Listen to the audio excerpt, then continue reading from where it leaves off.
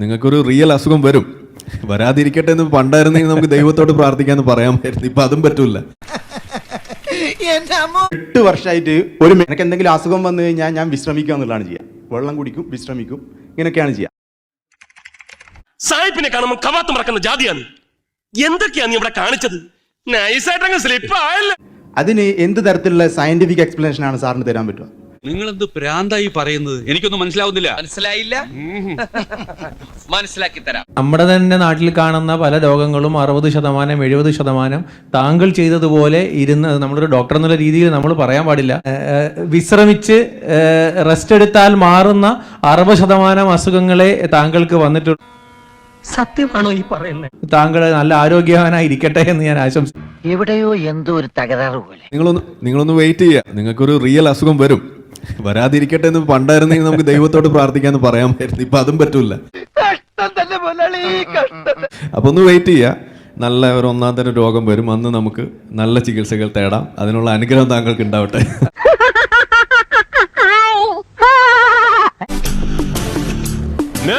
അപ്പൊ ഇവിടുത്തെ ഇന്നത്തെ നമ്മുടെ വിഷയം എന്ന് പറയുന്നത് ഹോമിയോപ്പതി കപടമാണോ എന്നതാണ്. എങ്ങോട്ടാ മുങ്ങാണോ? മുങ്ങാനൊന്നുമല്ല. അയ്യപ്പനായിട്ടുണ്ടാക്കിയ പ്രശ്നം അയ്യപ്പൻ തീർത്തിട്ട് ഇവിടുന്ന് പോകും. അതൊരു സ്യൂഡോ സയൻസ് ആണോ, അതേപോലെ അതൊരു ഷാർലറ്റാനിസം ആണോ എന്നതാണ് ചോദ്യം. ഇത് രംഗം വഷളാവുകയാണല്ലോ. സ്യൂഡോ സയൻസും ഒരു സയൻസ് ആണ് എന്ന് നമ്മൾ സമ്മതിക്കണം എന്നുള്ളതാണ് ഇപ്പോൾ പ്രശ്നം. അത് ഇച്ചിരി ബുദ്ധിമുട്ടുള്ള കാര്യമാണെന്നുള്ളതാണ് നമുക്ക് പറയാനുള്ളത്. കാരണം pseudo science is not science. എന്നോട് എന്തിനാ സരോജ് ദേഷ്യപ്പെടുന്നത്? ഞാൻ ഈ കാര്യത്തിൽ നിരപരാധിയല്ലേ? അല്ല, ഞാൻ എന്ത് ചെയ്തെന്നാ പറയുന്നത്? താൻ ഒന്നും ചെയ്തില്ല.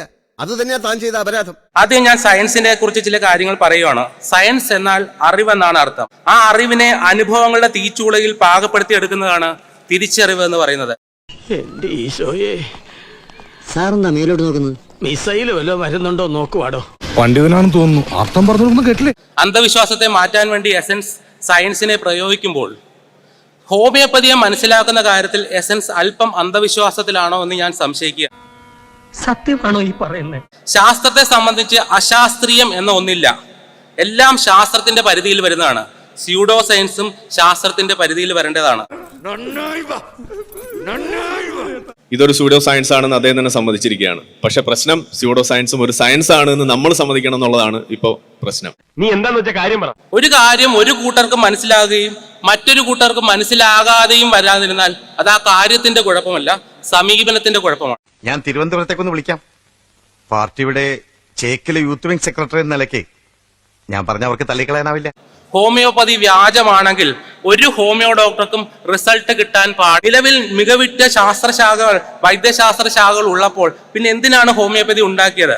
ഡോക്ടർ ഹെറിങ് ഹോമിയോപ്പതിയെ വിമർശിക്കാൻ വേണ്ടി അലോപ്പതിക്കാർ നിയോഗിച്ച ഒരു പ്രതിഭാശാലിയായ MD സ്റ്റുഡന്റ് ആയിരുന്നു.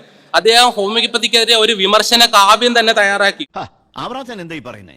ഒന്നും പറയണ്ട. സൂത്രധാരൻ താനാണെന്ന് എനിക്കറിയാം. താൻ ഒന്നോർത്തോ, തനിക്കെതിരെയുള്ള വജ്രായുധ എന്റെ കയ്യിലുണ്ട്. ഞാൻ അതെടുത്ത് പ്രയോഗിക്കാൻ പോകും. അവസാനം ഹോമിയോപ്പതി സത്യമാണെന്ന് തിരിച്ചറിഞ്ഞ ഹെറിങ് താൻ എഴുതിക്കൂട്ടിയ വിമർശനങ്ങളെല്ലാം കത്തിച്ചു കളഞ്ഞിട്ട് കണ്ണുനീരോടുകൂടിയാണ് ഹോമിയോപ്പതിയിലേക്ക് വന്നത്. വേണ്ട സാർ, വേണ്ട. ഞാൻ അടുക്കള ഭാഗത്ത് പോയി വല്ല വാങ്ങിച്ചു. ഇല്ല, പ്രത്യേകിച്ച് ഈ ഏരിയയിൽ ക്യാപിറ്റലിസം കൊടികുത്തി നിൽക്കാൻ. അതായത് 12Xന് ശേഷം മോളിക്യൂൾ ഇല്ലെന്ന് പറയുന്ന ആളുകൾ തന്നെ പറയുന്നു ആർസെനിക് ആൽബം പോയിസണസ് ആണ്. ഇപ്പൊ സലീം മേട്ടന്റെ ഒരു ഡയലോഗാണ് എനിക്ക് ഓർമ്മ വരുന്നത്, എന്തിനോ വേണ്ടി തിളയ്ക്കുന്ന സാമ്പാർ എന്ന് പറയുന്നത്. ഫലിക്കുന്നു എന്നതിന് ഒരു തെളിവ് പോലും ഇല്ല എന്നതാണ് ഇതിന്റെ രണ്ടാമത്തെ കാരണം. ഹോമിയോപ്പതിയിൽ പറയുന്ന സംഗതികൾ 100% നിങ്ങൾ അംഗീകരിക്കുന്നുണ്ടോ ഇല്ലേ? വേറെയുണ്ട് ഹെയർ ട്രാൻസ്മിഷൻ. ഹോമിയോ മരുന്ന് എടുക്കുന്നു, മുടി പറിക്കുന്നു, അതിനകത്ത് വെക്കുന്നു, വേറെ ആളുകളിലേക്ക് അത് എത്തിക്കുന്നു. അത് ചന്ദ്രനിലായാലും എത്തും എന്നാണ് ഹോമിയോപ്പതിക്കാർ പറയുന്നത്. അപ്പൊ എന്റെ ഐഡിയക്ക് യാതൊരു വിലയില്ല. ഇതൊന്നും ഇന്ന് മനസ്സിലാവില്ല, നാളെ മനസ്സിലാവുള്ളൂ.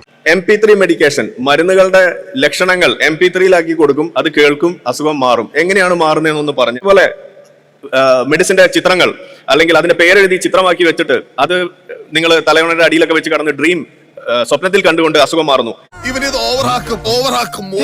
ഡിക്ലെയർ ചെയ്തു. UK-ല് ഇതിന് തെളിവില്ല. അതിനുശേഷം ഫ്രാൻസിൽ പറഞ്ഞു തെളിവില്ല, അവിടെ ഡീഫണ്ട് ചെയ്തു. അടുത്തത് റഷ്യയിൽ പറഞ്ഞു, റഷ്യൻ അക്കാഡമി ഓഫ് സയൻസ്, ഇതിന് തെളിവില്ല. അടുത്തത് ഹംഗറിയിൽ പറഞ്ഞു, തെളിവില്ല. സ്വീഡനിൽ പറഞ്ഞു, തെളിവില്ല. ഒരു അടുത്ത സെക്ഷനിലേക്ക് കയറുകയാണ്. അദ്ദേഹം പറഞ്ഞ ചോദ്യത്തിനെല്ലാം ഉത്തരം കൃത്യമായി തരാവുന്നതാണ്. അലോപ്പതി ഇല്ല എന്നും ഇന്നെല്ലാം ആധുനികമായി മാറി എന്നും എസൻസ് പറയുമ്പോൾ എസൻസിനോട് നമ്മളോടൊരു ചോദ്യമുണ്ട്. നമുക്കൊരു ചോദ്യം, ഈ അലോപ്പതിയെ എസൻസ് ഒരു സ്യൂഡോ സയൻസ് ആയി കാണുന്നു.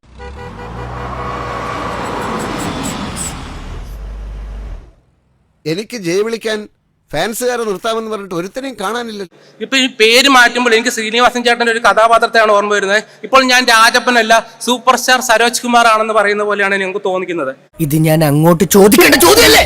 ചോദ്യങ്ങൾ ഇവിടെ മുന്നിൽ വെച്ചിരുന്നു, അതിലൊന്നിൽ പോലും അദ്ദേഹം തൊട്ടിട്ടില്ല. ഇവിടെ മുന്നോട്ട് വെക്കുന്ന ചോദ്യം ഇതാണ്.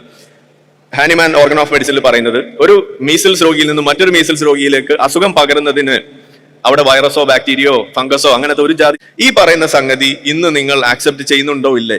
ക്ഷമിക്കണം, ഉപദ്രവിക്കരുത്, ജീവിതമാണ്. ഹോമിയോപ്പതി കണ്ടുപിടിക്കാനുള്ള ഒരു കാരണം നിങ്ങൾ പറയാ. ഒന്നാമത്തത്. 2, ഹോമിയോപ്പതി ഫലിക്കുന്നു എന്നതിന് ഒരു ഉദാഹരണം, ഒരു പബ്ലിഷ്ഡ് എവിഡൻസ് ഒരെണ്ണം നിങ്ങൾ മുന്നോട്ട് വെക്കുക. കുറവുള്ളവനാണ് നമുക്ക്. ഹാനിമാൻ പറഞ്ഞ എല്ലാ തിയറികളെയും നമ്മൾ ഇന്നും പൂർണ്ണമായും വിശ്വസിക്കുന്നു. എവിഡൻസ് പറയുന്നു, എസൻസ് പറയുന്നു, നിങ്ങൾക്ക് അസുഖം വരികയാണെങ്കിൽ നിങ്ങൾ അവിടെയും ഇവിടെയും പോകാതെ എവിഡൻസ് ബേസ്ഡ് മെഡിസിനിൽ സ്വീകരിക്കണമെന്ന്. അത് ശരിയാ. ജെനറ്റിക്സിനപ്പുറം ഒരു രോഗകാരണം കണ്ടെത്താൻ ഒരു മോളിക്കൂൾ ഇല്ലാത്ത ഗതികേടിലെത്തിയിട്ട് ഒരു അവസ്ഥയിലാണ് അവർ നിൽക്കുന്നത്.